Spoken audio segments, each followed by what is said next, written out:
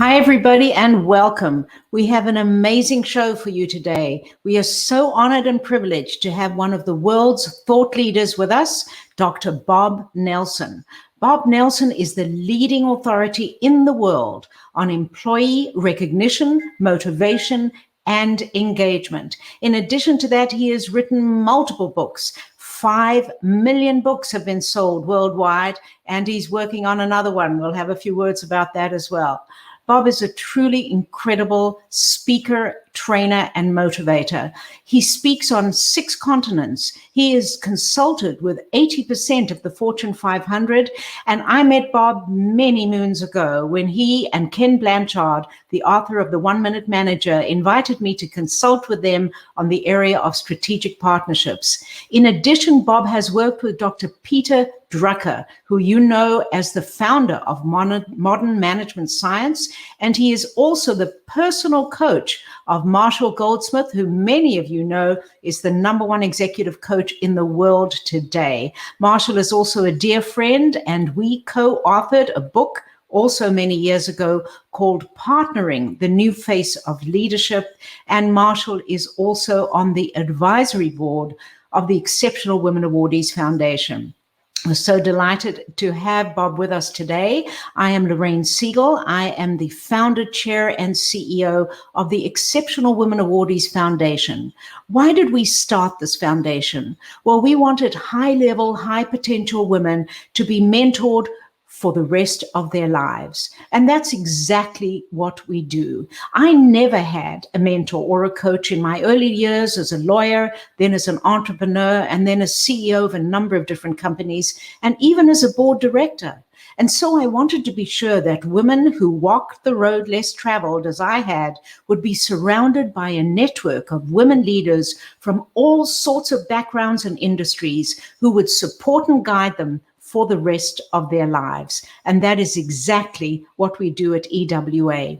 And every month we have 2 shows where we feature our EWA special women leaders, and we also have thought leader shows. And so it is with great pleasure that I introduce you to Dr. Bob Nelson, our thought leader for our show today. Bob, welcome. Thank you, Lorraine. Pleasure to be with you.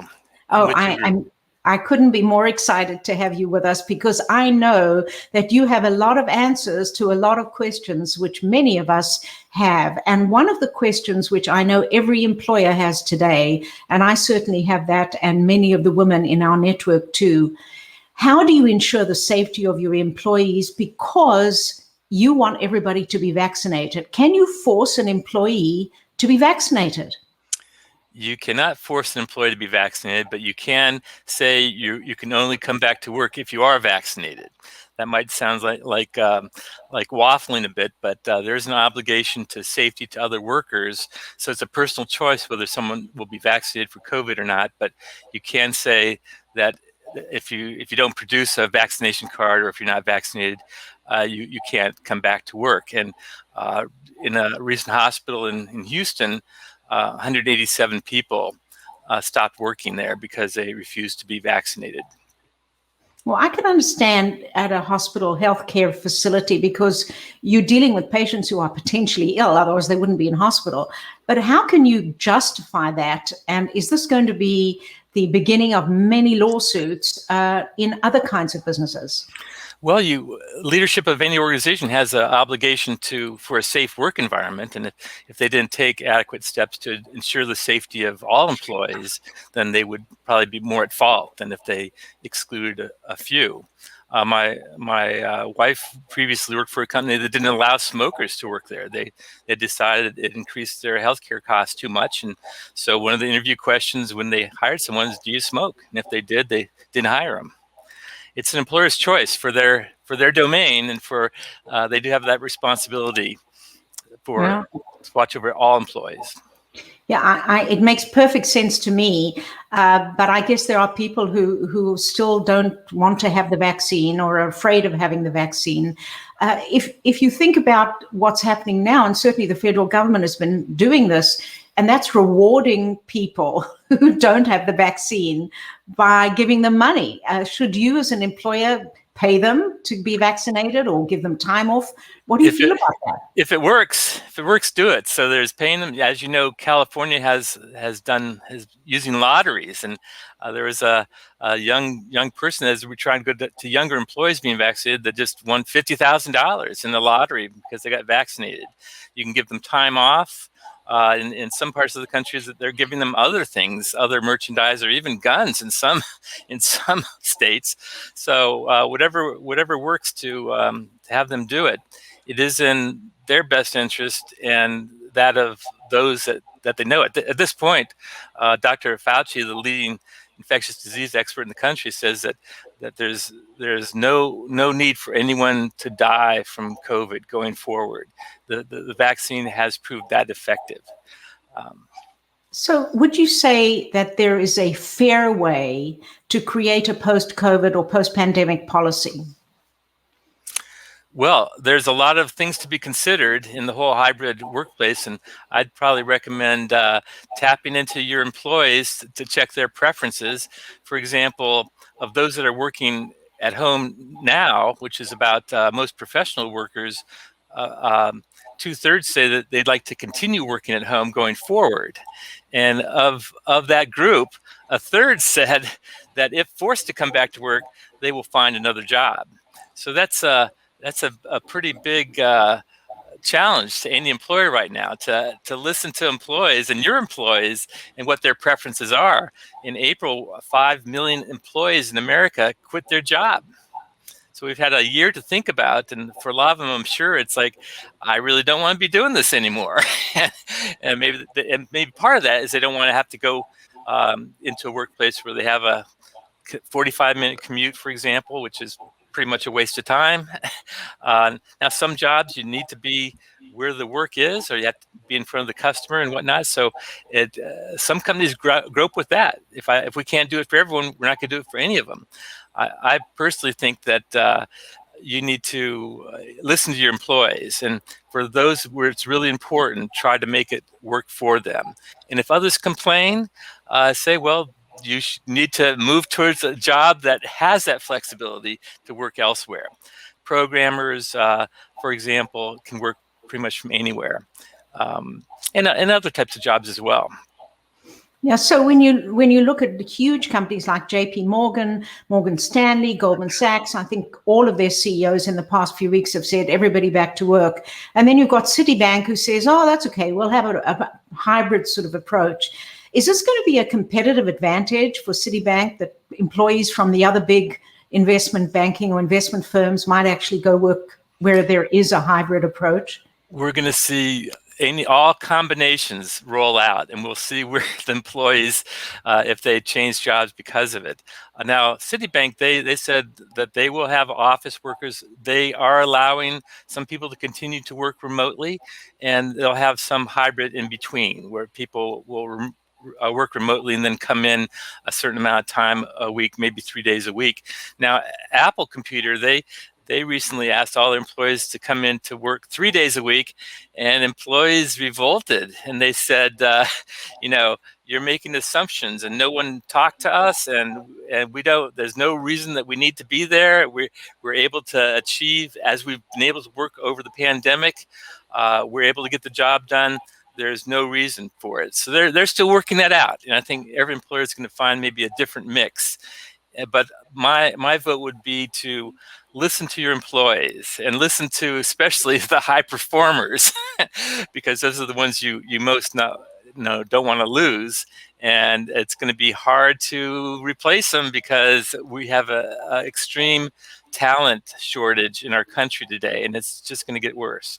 So if you can find a way to have the flexibility of remote work, and there's incredible tools to make that, you couldn't have done it 10 years ago, but today you can with all, of course, Zoom, but there's with Slack, there's so many software technologies that you can help employees, and you can, if you're so inclined, you can keep tabs on employees. You can keep tabs on when they use their keyboard, when they're on the internet, when they print something out. So if you have a low trust or you need validation, have that discussion with your employees and say, well, I'm hesitant for these reasons. Let me know what the plan is so that we won't have people goofing off, or we won't have people not putting in the time. And employees will come up with that because they want to make it work. And so if you haven't done remote work, you can put the onus on your employees to prove and to show that it's working. And I know employees that say, I want to do this. What do you need to trust me to do this? Do you want me to be constantly be on an open Slack channel? Do you want to check in once a day? Do you want me to be available when you call on a moment's notice? Okay, we could do all those things. Do you want me to log my time? So you find what works with your own employees would be my number one advice. I think it's good advice. And it's interesting because you bring up so many points, Bob. One of them is, is work and our employees, is this a democratic environment where everybody gets a vote? Or does management listen and then make a decision and kind of decide the way it's going to be? But I think a more interesting question would be culture, because there are a number of CEOs who have said that our culture of innovation, of collaboration, is only going to work if people physically are there. What do you think about that? Well, I think that's one of the big justifications to say that's why you got to be back in the office, because you have to collaborate, and that's where we get innovation. And it's hard to collaborate when people are working in different locations. And you take someone like a place like Yahoo, where a number of years ago, I think it's 2017, the CEO said, everyone's required to come back to work. And that included people that had been hired as a virtual worker, and they lost people, and they made exceptions, but in general, that was their justification, that we need collaboration. That's where, and she was able to point to innovations they had that they felt that couldn't have happened if they only had virtual people. But so when it comes down to it, every company has to have their own answer. And so I would not say don't have your top executives decide, and I would also say don't have it be a vote of employees. I think you've got to think it through where it makes sense, and where it's in doubt, do it as an experiment. We'll try it. We'll continue it for these people for a month or a quarter, and then if we haven't dropped the ball, if work is still progressing, if our customers are still satisfied, then we'll continue. But have it be an earned right, not a given right. There's so many times when companies, okay, we'll start doing this. You can have Fridays off, and now it's a kind of a guaranteed right.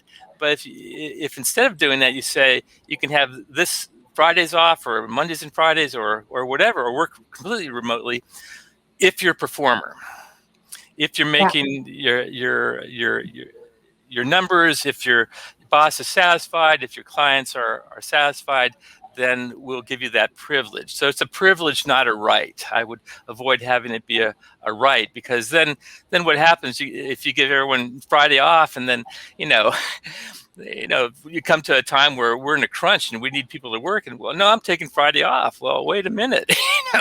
If we all take Friday off, the company's in trouble, and so it's got to be the responsibility of survival and thriving of the company. But again, I get it. It makes sense to me. I chair the compensation committee on a public board, and you reward the behavior you expect to get. So if you give a reward not tied to behavior, then I guess the reward becomes an entitlement. Is that what you're saying? Exactly. An entitlement, and then you end up with a culture of entitlement, and then as opposed to a culture of performance. So it's got to be performance has to be the first order of business. And but knowing that, the greatest management principle in the world is you get what you reward. What you reinforce, you will get more of. So if you catch people doing things right, and you lead with that as a leader, you will get those people doing the right things more often, as well as everyone else that heard you do that. So it's a powerful, powerful principle that is grossly underutilized, I find, in organizations. And it's why I did my doctoral dissertation on that exact point with Dr.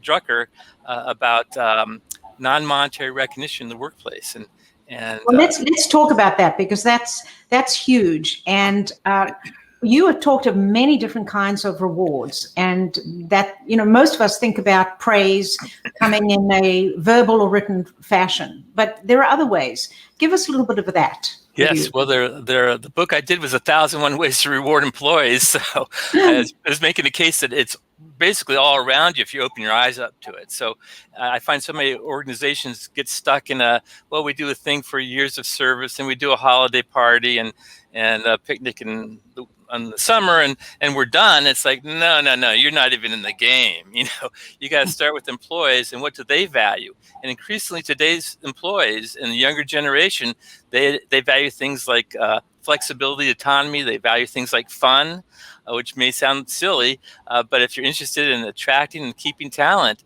if it's a fun workplace, it's going to happen a lot more, and you're going to be able to sustain the talent you have if they look forward to it. Just on that, since that was my most recent book, Work That's Fun Gets Done, the 100 best places to work for in America, the defining variable of the companies on that list is they're all strong cultures of fun. 82% of employees at the best places to work for in America that Fortune tracks say that they work in a fun environment.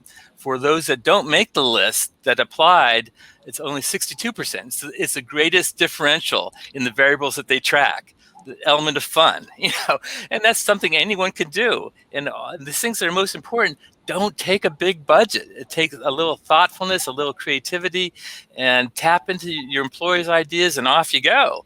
And so I find when it comes to recognition, it's all over the map. And yet the things that are most powerful tend to be things that don't cost any money at all. So a simple praise, a word of thanks, an email, something from your boss, from someone at higher management, from a peer. In fact, the top categories, I did a study of 52 explicit behaviors and which behaviors employees most valued at work. And four of the top had 13 factors, collections of variables, and four of the top 13 were all forms of praise. And initially I thought, well, isn't this praise one bucket? And no, it's not. It's how you praise people varies. If you do it in person, if you do it in writing, you can do it electronically, you can do it in front of other people. And each of those operates on a different wavelength. So think about it, when's the last time someone has personally thanked you? And did it have a different meaning than if you got a note from someone, or if something was said about you in front of the staff meeting, or in front of the company for that matter, that they each are mutually exclusive, if you will, that it's such a powerful principle that there's different buckets that you got to be operating on all of them to really maximize the utility of recognition and praise. Yeah, and we do a pretty lousy job most of the time because we don't utilize all of those.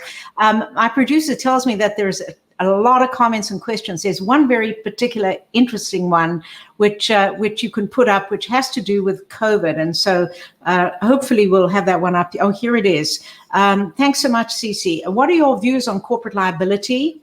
If the company has required a return to work for all, mixing vaccinated with unvaccinated, and an employee gets severely ill or worse with COVID due to that requirement. Oh my, this is a tough one, Cece. Thank you. And I'm going to punt on that because I'm not a lawyer, and I certainly wouldn't want to give legal advice that would lean one way or the others. I think, to be honest, we don't know yet. We're going to be finding out because there will be different lawsuits on all aspects of this. And so I wish I had the answer now. Maybe 6 months from now, we all will. But yeah. It's an open question. It's a bit of a dance. It's a bit of a tight wire right now between the individual privacy and rights and responsibility to the work team and to the company. Yeah, it's a tough place. I mean, and nobody knows the answer. And so we're all going to just kind of try our very best. So in the meantime, use positive consequences to encourage that, whether that's time off, whether that's again, a financial incentive, whether there could be other ways, because again, recognition does work, and we right now in our country are having success with people entering lotteries because of getting their COVID vaccination and winning prizes and winning cash. So it seems kind of silly because what could be more basic than it could save your life, but for those people that haven't done it, they've got their reasons. You wouldn't think people want to be paid for that, that they would do it voluntarily. But, Bob, one of the things you wrote in one of your many books, and by the way, I have that wonderful book, which is Work Made Fun Gets Done. So I want everybody to buy that. It's really terrific. But one of the things that you talked about was a company that decided to totally pivot and spend all their time looking for the good things and the right things that people had done instead of looking for the wrong things that they'd done. What happened with their culture? Well, there's a lot of great examples about that. Like one I worked with Bronson Healthcare in Kalamazoo, Michigan. They, and I think most managers know this stuff all intuitively already. So what we're really dealing with is the knowing doing gap.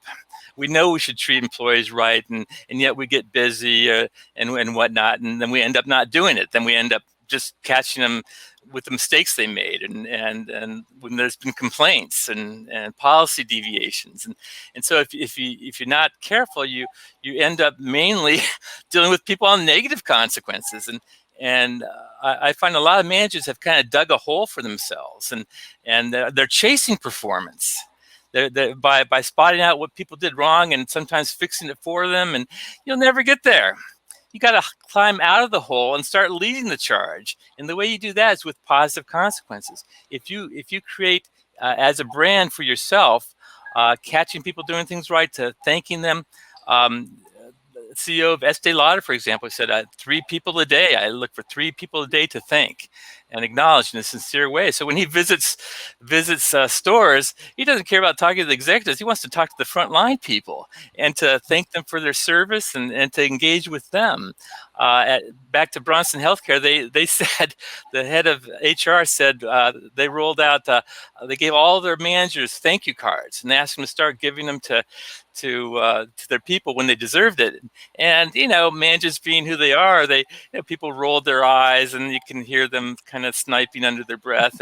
And the HR leader could have sat down and said, "Sorry to waste your time," but instead she said, "Hey, wait a minute.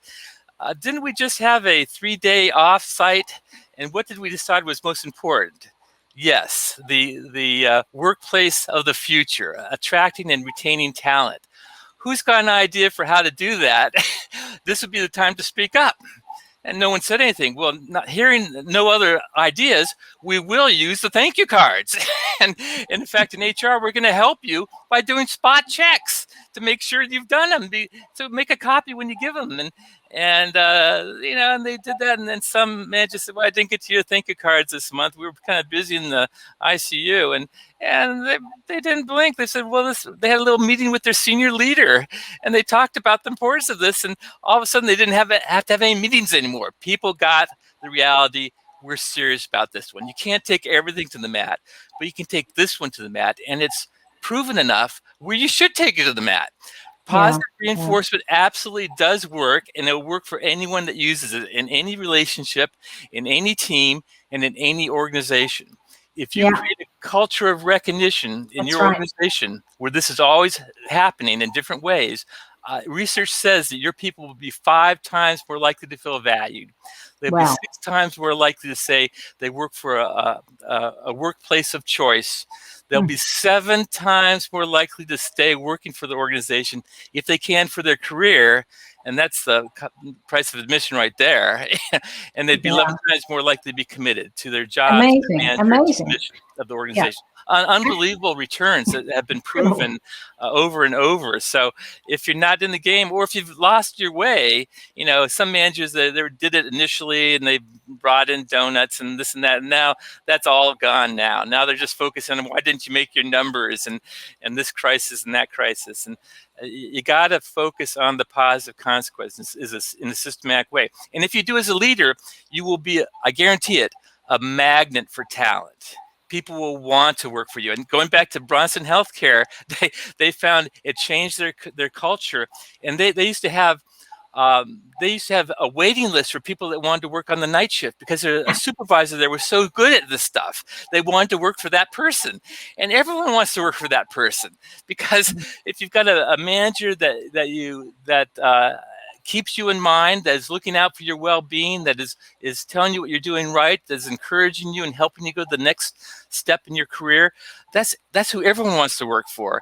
I And love it, Bob. We have so many comments and questions, so I'm going to stop you for 1 minute okay. because I want to make sure that our audience gets to participate. And by the way, when you do come in, tell us where you're at. Are you in California, in New York? Where are you? So, okay, let's get at least one or two of those questions. Carl Murphy. Thanks, Carl. Appreciate you coming with us.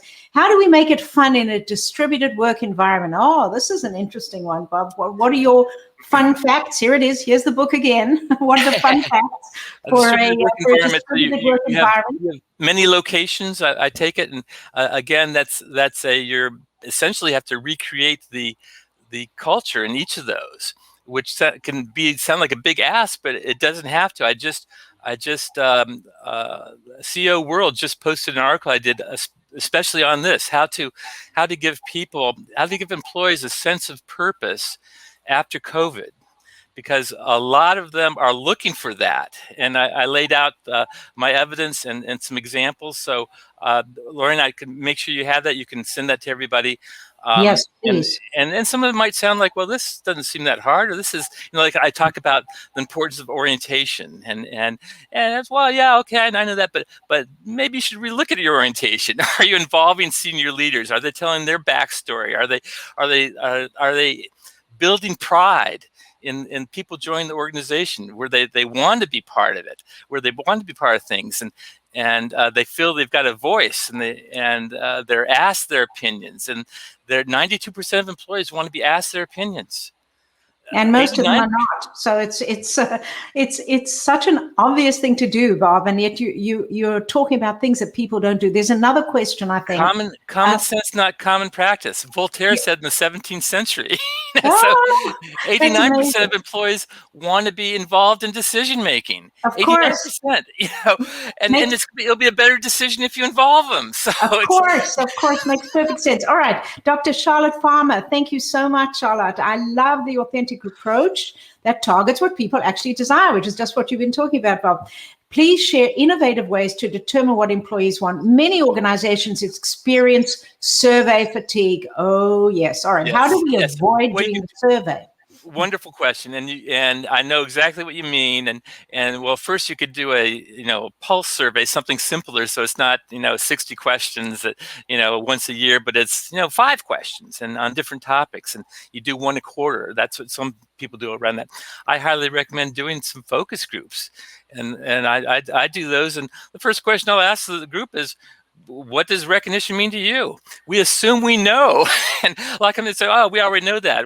Money and benefits and promotions. Really, is that what your people said? No, but that's where we're spending our money, so it must be. Well, let's just double check that and ask the employees. Employees never say that. They never say more money. Now, they'll talk about personal things. Across the country, around the world, I always, when I do a workshop, I always ask, think of a time that you felt recognized, that you felt excited to be at work, that you were proud to be there. What happened that gave you that feeling? What was said or done? Who was involved?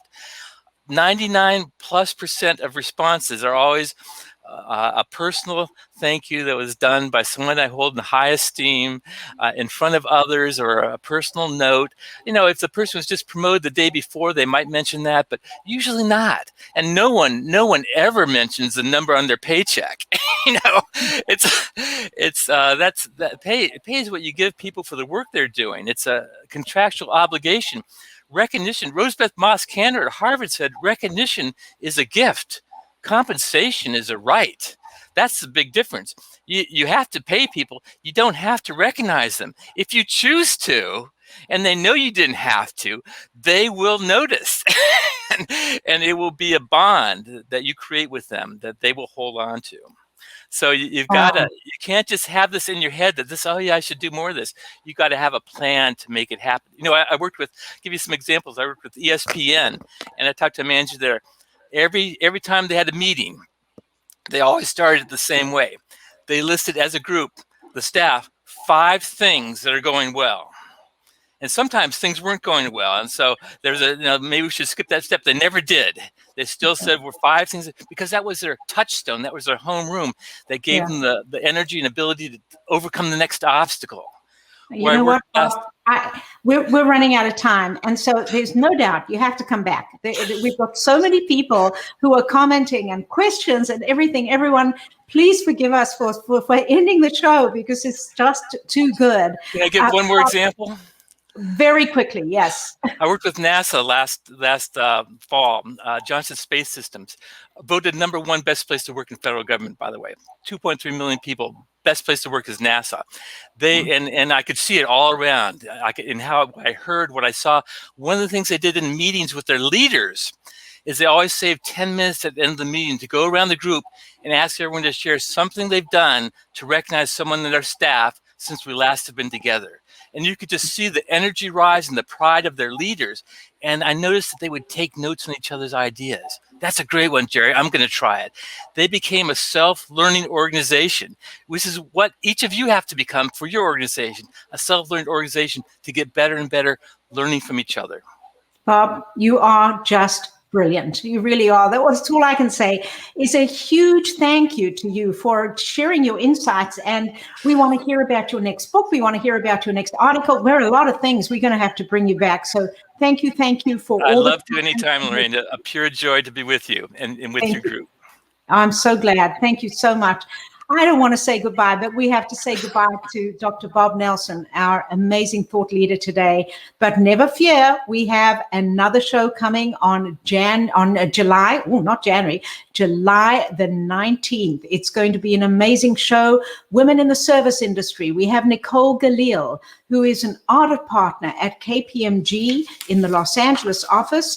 And she serves public and private companies within the property and casualty insurance, healthcare, banking, and travel industry. And we have Elizabeth Jamay. Elizabeth runs and is the founding partner at Corporate Immigration Partners, one of the largest and most successful immigration law firms in the world. And she supports U.S. and global immigration program strategy and design. And many of your favorite Silicon Valley companies are her clients. We're going to learn a lot from these amazing, exceptional women awardee leaders. So please join us July the 19th, and we will look forward to seeing you then. Of course, I always have a question for you. And my question for you today, which I'd love you to send to my email address on the screen now, is what have you done as a leader to reward one of your employees today? And if you haven't done it yet, make sure you can do it before the close of business today. I look forward to seeing you all on Amazon, Spotify, and all the other amazing platforms, including LinkedIn. And also we will have our podcast that you can look on 15 different platforms and find them there. We will be back with you in a few weeks. Thank you so much for joining us. Have a great week, everybody. Bye now.